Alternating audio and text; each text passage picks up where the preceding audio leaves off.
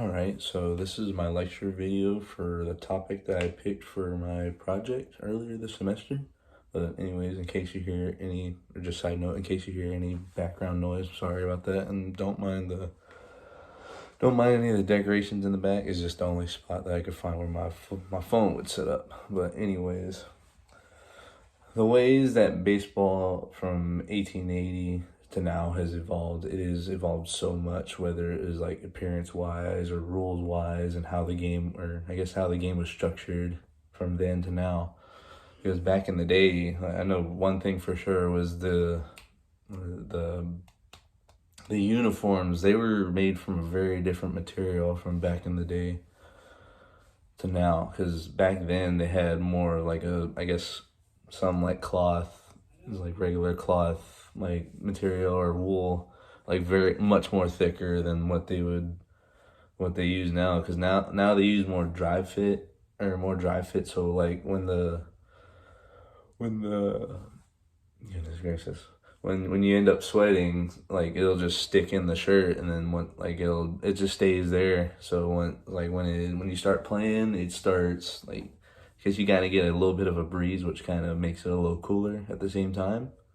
But yeah, that, and then I guess with the shirts and the uniforms and the pants being the way they were with the wool, it ended up making the uniform much more baggy at the time. So say look at players back in like the 1930s or so, they would have their uniforms would look so baggy on them because it's just the way that those uniforms were made back in the day. And then yeah, don't even mention the cleats, because now they have cleats that are made entirely for like running performance, and it's because they got regular cleats and there's spike cleats, which they can also have some cushion in the bottom of the sole, to where it makes it very much more convenient to run and get around, like I guess mobility wise. So yeah,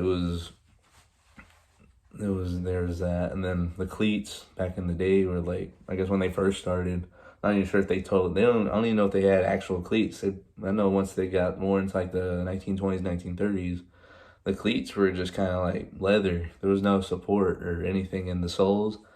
So you would imagine how many blisters came like on their feet and everything back in the day, which was like, you think of it now, it's like you have all these shoes that are made for like comfort and mobility. So it's just unimaginable to even go through that and having to play with those kind of conditions. And then all of that, and along with the heat, was, or I don't know how the heat was back in the day. I would imagine it's probably even worse at the time, because there wasn't a whole lot of like, I guess city is more country, I guess is what you'd say. If there was city, there wouldn't be very much of it. Along with, and then when the rules have differed so much from back in the day to now, because it would really depend on the area that you were in. The different leagues had their different league sets, or like set like rules and whatnot. Because no one of I mean, now they all have the same. I guess everybody kind of goes by the same rule set with like three strikes, 3 strikes, 4 balls, walk and strikeout, and 4 bases, like 90 feet apart.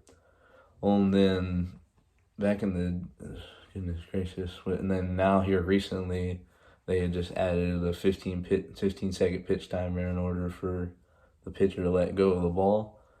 And then it's just, things are so different from so much from back then, because now you could just, or back in the day, I'm for sure up to like maybe like a year or two ago, it had always been basically just take as long as you want on the pitch.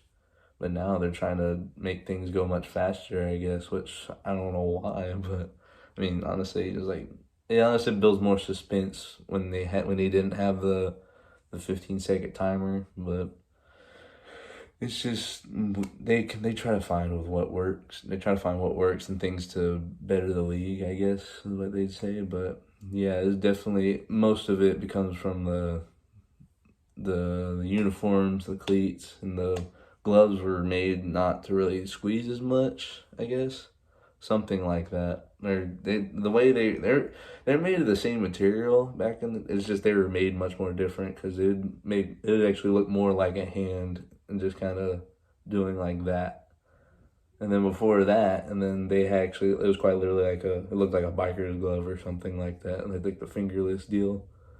I was like at that point I was like, how do y'all even do it? Is I mean I can't even catch the ball barehanded because it's coming at me so fast. Like it's like how could y'all even do it? And then the catcher's gear. I mean, now they're made with more plastic, or they're still made with like I guess better plastic than what it was back in the 1920s and 30s. And then when they first started on it, they didn't even have gear to begin with for catchers. So it's yeah. Things have changed so much from like catcher's gear to gloves to uniforms, cleats, and then hats. It's all been such a crazy way to look at back in the days. Which I mean, they didn't even have very many teams at the time either, because now they got like 30 teams, and they just now relocating Oakland Athletics to Las Vegas. So that'd be interesting to see, but. Anyways, yeah, those are the main ways that baseball has differed from 1880 up to now.